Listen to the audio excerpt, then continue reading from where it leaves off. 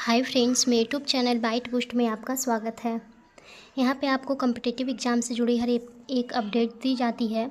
तो आज मैं बताने जा रही हूँ, यहाँ पे लिखा हुआ है, ये पेपर का कटिंग है जो कि इसमें लिखा हुआ है 18 माह के डीएलएड वाले शिक्षक भर्ती के लिए मान्य। यानी कि जो भी स्टूडेंट डीएलएड 18 माह का किए थे, तो वो जो है डीएलएड 18 माह का जो कोर्स था वह वैलिड नहीं होगा शिक्षक भर्ती के लिए। यानी एक बार कोर्ट का आदेश आया था कि जो डीएलएड 18 माह का है, डीएलएड जो भी लोग 18 माह का डीएलएड जो किए हैं 18 महीने का, वो जो है वैलिड नहीं होगा शिक्षक भर्ती के लिए। यानी कि शिक्षक का जो भर्ती आता है उसके लिए मान्य नहीं होगा। यानी कि वो लोग जो है फॉर्म फिल नहीं कर सकते हैं। वो जो था कोर्ट का आदेश आया था एक बार। तो यहाँ पे लिखा हुआ है कि जो कोर्ट का आदेश आया था कि 18 माह का डीएलएड वैलिड नहीं है, तो यहाँ पे दिया गया है। तो इस पर केस भी हुआ था। तो यहाँ पे जो 18 माह का डीएलएड किए हैं उनकी जीत हुई है। तो इसलिए उनके लिए बहुत ही बड़ी खुशखबरी है जो भी 18 माह का डीएलएड किए हैं। तो यहाँ पे सुप्रीम कोर्ट का फैसला आया है कि यहाँ पे देखते हैं पेपर में क्या लिखा हुआ है। एनआईओएस से 18 माह का डीएलएड करने वाले अभ्यर्थियों के लिए सुप्रीम कोर्ट ने राहत दे दी है। सुप्रीम कोर्ट के जस्टिस बीआर गवई ने पिछले साल एनआईओएस डीएलएड को फ्रेश शिक्षक भर्ती में अयोग्य माना था। यहाँ पे दिया हुआ है कि शिक्षक भर्ती में क्या माना था, अयोग्य माना था। यानी कि शिक्षक का फॉर्म जो है वो फिल नहीं कर सकते थे जो भी 18 माह का डीएलएड किए थे। यहाँ पे लिखा हुआ है कि जिसके खिलाफ पुनर्विचार याचिका दाखिल की गई, जिसकी फाइनल सुनवाई करते हुए जस्टिस गवई ने फैसला सुनाया है कि 18 माह का डिप्लोमा कोर्स सभी शिक्षक भर्तियों के लिए मान्य है। जो भी 18 माह का कोर्स था वो सभी शिक्षक भर्तियों के लिए क्या हो गया है, वो वैलिड हो गया है। इस फैसले के बाद बिहार में शिक्षक नियुक्ति के चौथे चरण में एनआईओएस से डिप्लोमाधारी आवेदन कर पाएंगे।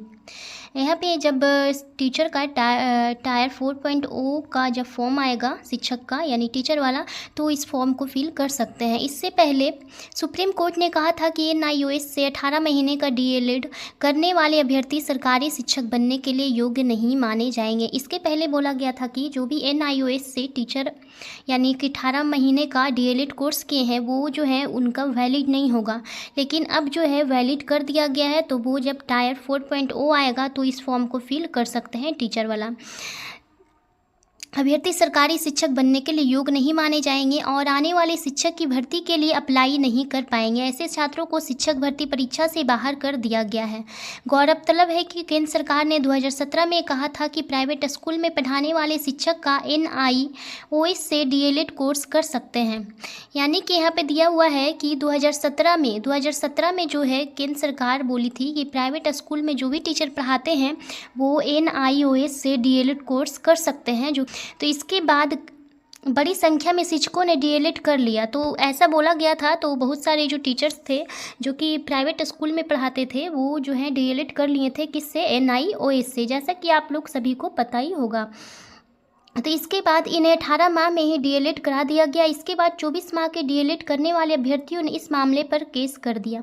और जो स्टूडेंट जो है 24 महीने का डीएलएड होता है 2 साल का, जो डीएलएड किए हैं उन्हीं ने केस किया था कि जो 18 माह का डीएलएड किए हैं ये शिक्षक भर्ती का फॉर्म फिल नहीं कर सकते हैं। तो उसी पे आज फैसला हुआ था इसका। ये जो है कल आ गया था। तो ये 18 माह का जो डीएलएड कोर्स किए हैं वो भी शिक्षक पात्र यानी कि शिक्षक भर्ती के लिए मान्य हो गए हैं, यानी वैलिड हो गए हैं। तो इसके बाद 24 माह का डीएलएड करने वाले अभ्यर्थियों ने इस पर केस कर दिया। इसके बाद से कई राज्यों में भर्ती से रोक दिया गया। यानी कि इसके बाद बहुत सारे ऐसे स्टेट हैं जहां 18 महीने का कोर्स किए हैं वहाँ रोक दिया गया है, लेकिन यहाँ जो बिहार में जो है इसे मान्यता दे दी गई है। यानी कि ये जो है 18 माह का जो भी डीएलएड कोर्स किए हैं उनके लिए क्या हो गया, वैलिड हो गया है। तो वो भी अब टायर 4.0 आएगा तो इस फॉर्म को फिल कर सकते हैं। ये जो है सुप्रीम कोर्ट का फैसला आया है। तो अब हम जानते हैं कि इसमें जो एनआईओएस से डीएलएड किए हैं वो कौन कौन से टीचर के लिए एलिजिबल हैं, यानी कौन कौन से फॉर्म जो है आएगा तो वो फिल कर सकते हैं। तो वो फॉर्म फिल कर सकते हैं। टायर 4.0 का फॉर्म आएगा तो वो इसको फिल कर सकते हैं। और केबीएस आएगा या फिर एनवीएस आएगा तो इसका फॉर्म फिल कर सकते हैं। और थर्ड में है यूपी सुपर टीईटी आने वाला है जो कि ये भी फॉर्म वो फिल कर सकते हैं। और एक और आता है पीआरटी, ये भी फॉर्म जो है ये फिल कर सकते हैं। और एक और आएगा SSSB इसका भी फॉर्म जो है ये फिल कर सकते हैं। ये सारा कुछ जो है फॉर्म फिल कर सकते हैं। एक और है टायर 4.0 और KBS NVS, ये जो आएगा फॉर्म, इसका भी वो फॉर्म फिल कर सकते हैं। यानी ये सभी एग्ज़ाम्स के लिए वो क्या है, एलिजिबल हैं, जो कि NIOS से DLED किए हैं। इन सारे फॉर्म्स को फिल कर सकते हैं और सभी के लिए एलिजिबल हैं जो भी NIOS से DLED किए हैं। तो इतने सारे एग्ज़ाम्स के लिए आप एलिजिबल हैं। तो जो भी 18 माह का जो भी NIOS से DLED किए हैं, तो वो सभी क्या हैं, उनके लिए बहुत बड़ी ये क्या है, खुशखबरी है एक तरह से। तो इतना ही बताना था फ्रेंड्स। अगर मेरा वीडियो अच्छा हो तो एक बार लाइक जरूर से कीजिएगा। चैनल पे नए हो तो प्लीज़ सब्सक्राइब भी कीजिएगा और अपने फ्रेंड्स को शेयर भी कीजिएगा। ये जो है 18 माह का जो भी DLED किए हैं उनके लिए बहुत बड़ी ये खुशखबरी है एक तरह से। And bye, thank you.